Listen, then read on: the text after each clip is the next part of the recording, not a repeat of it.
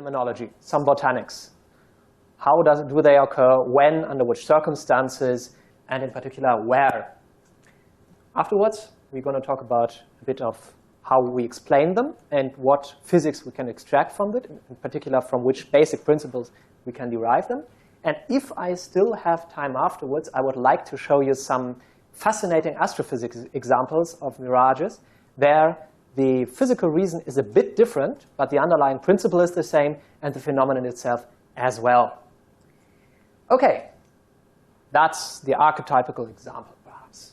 A desert, which we see fake images of, here it is a mountain or whatever, an oasis that fools the wanderer into his certain death from starvation, because he thinks that there is an oasis, that it looks so there, but actually isn't. It is just a phantom image.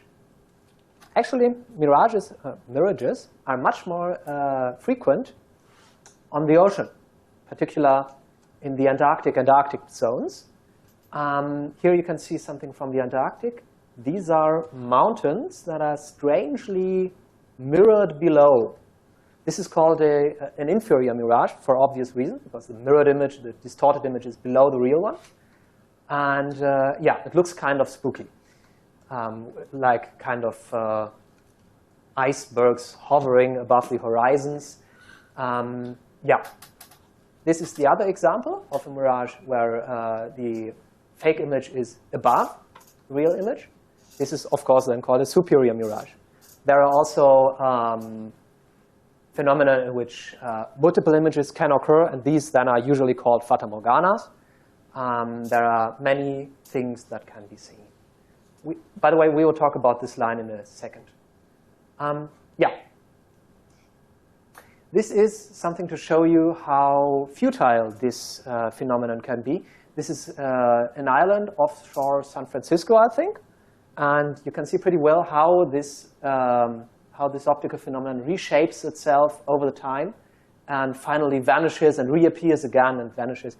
So it is not a wonder that in ancient times humans have believed that this is kind of a trick of some higher power, gods or demons trying to fool us, or witches, which we, of course, now know that it is not. But the thought was quite near to ancient times when people did not have geometrical optics.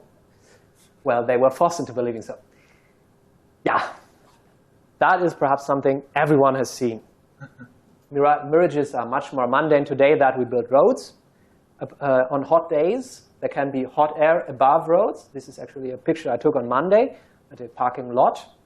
And you can easily see that here, obviously, there is mirroring something. Just to show you, to prove you that I do not just photograph a puddle or some kind of strange shade, this is from some degrees above. Here we can see another feature of mirages, namely that they are very sensitive to the angle we are looking at. It's some degrees, and the phenomenon has almost vanished, apart from just at the edge. Yeah. Another nice example, not only is the sun, bless you, not only is the sun reshaped in a strange way, you can also see 3 black dots here. One of which is a sunspot, and the other 2 of which are mirages of this sunspot. Yeah, that's enough with phenomenology. Let's go into the physics. But first of all, these are properties that all these phenomena have sort of in common.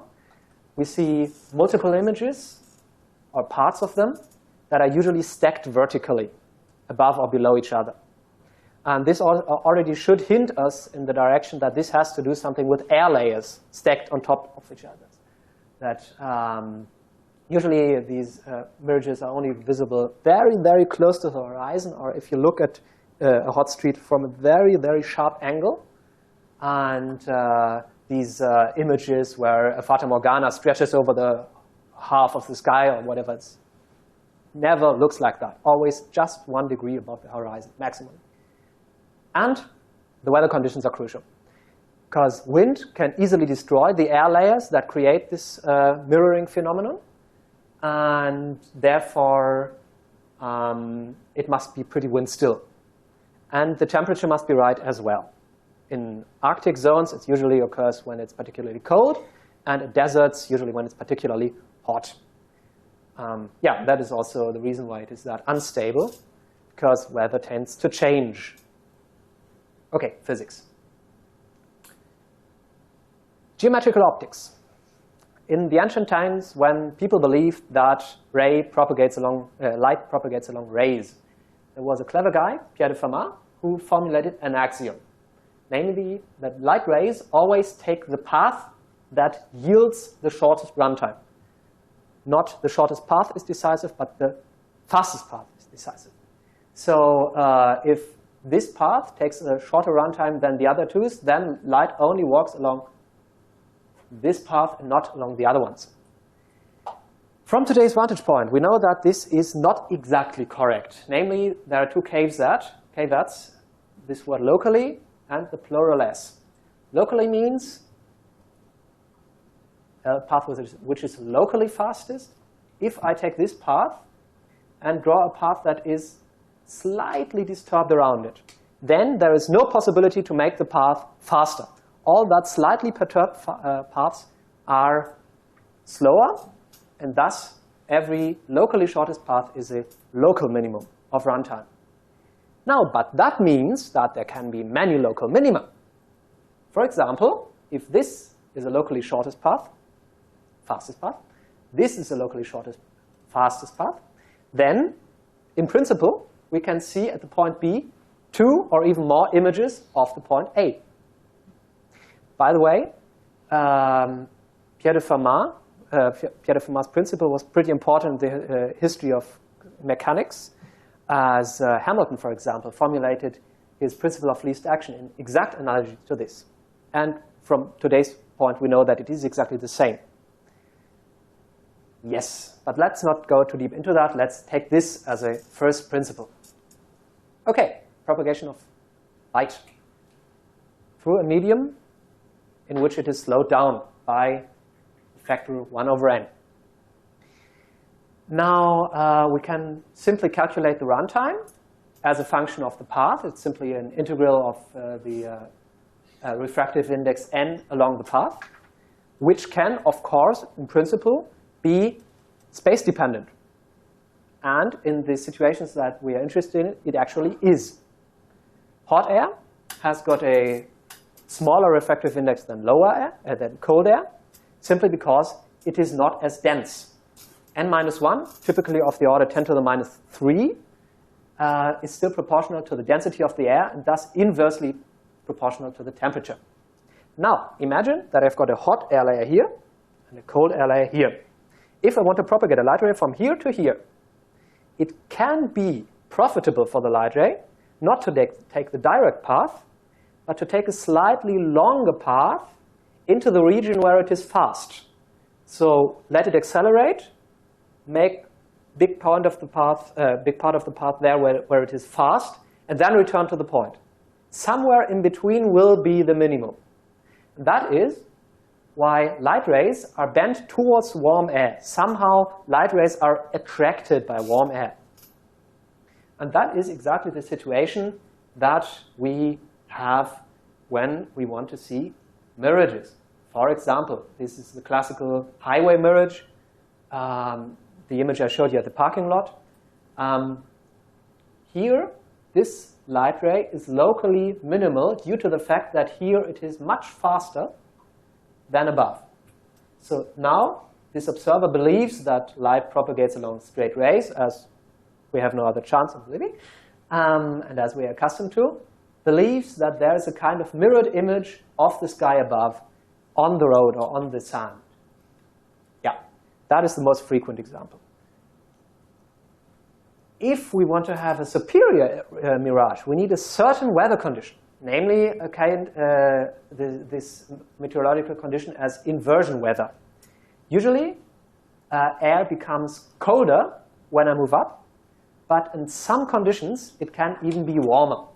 Let's not go into the meteorology of that. Simply state we have got a warm air layer here, cold air layer here, and the difference between them is usually quite sharp.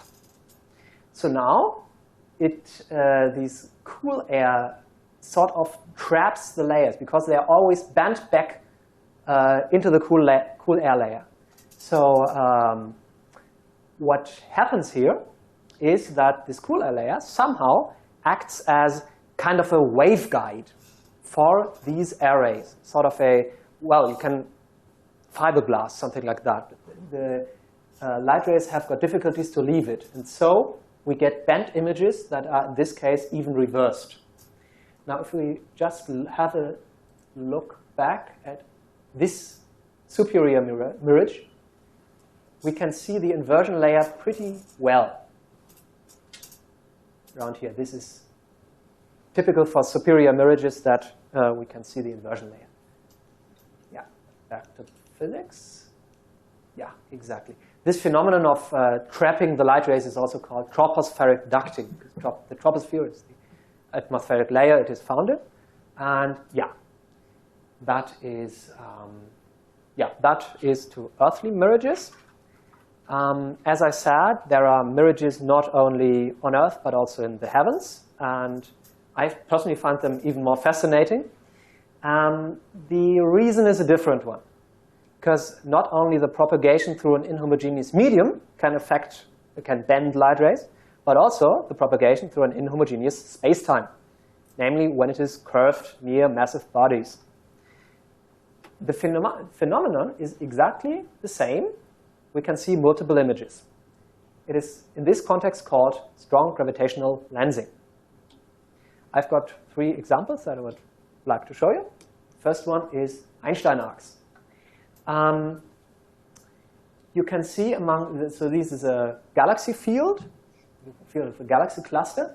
And here you see somewhat strangely distorted images that appear to be galaxies, but somehow do not look like. The point is that these are mirages of galaxies that sit somewhere here. And due to the gravitational field of this galaxy in the front, they are distorted to these images. Another even more impressive example, this is a quasar some million light years away, where we do not see one center, but somehow 5 centers that are all mirages of one and the same center in the middle. It's just one galaxy in front that we do not see here that distorts the light rays across at its edge so that we can see it.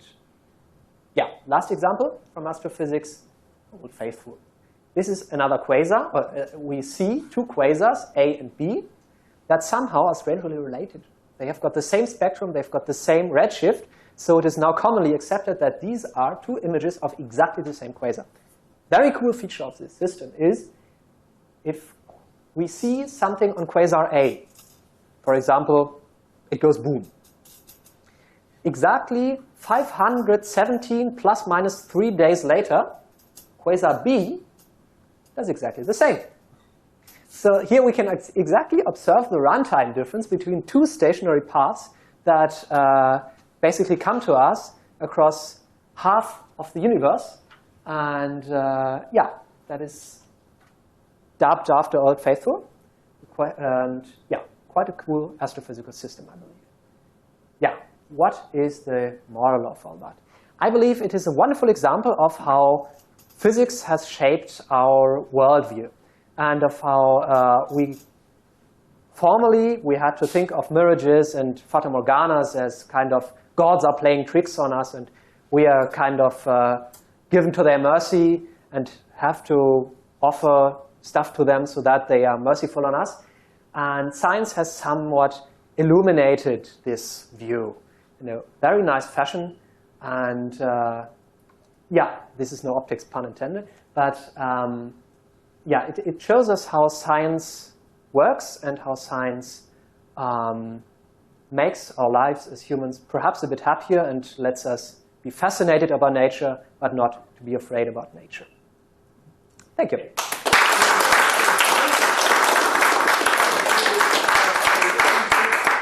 Time for probably 1 or 2 questions. Are there any questions to Yep. You said that you can see mirages of mountains. And how does that happen? Which method? Because well, that depends. Well, both methods can be. So that many images. That, for example, is a typical highway mirage. Okay, so that's reflection. If this is the original image, then we see kind of a distorted mirror view downstairs. Yeah, and then the one before. Here not this one, but further forward. This one. This one. I would say it is a highway mirage as well. Oh, so is there actually a mountain there somewhere? There is an island. That is an island offshore San Francisco. Okay. And these images are fake images of that one. It's very blurry and not exactly visible, but yeah, I would say it's a highway mirage. So it's always based on some real object and then just images. Yeah. There must be something to be viewed. So, yeah. Okay, officially it is not always possible to distinguish the real image and the fake image because, in a way, both are real. That is why mirages are not exactly optical illusions. Both light paths are on the same footing, but sometimes the one is way stronger than the other. And then we can say, but not usually. Okay, let's thank our speaker again.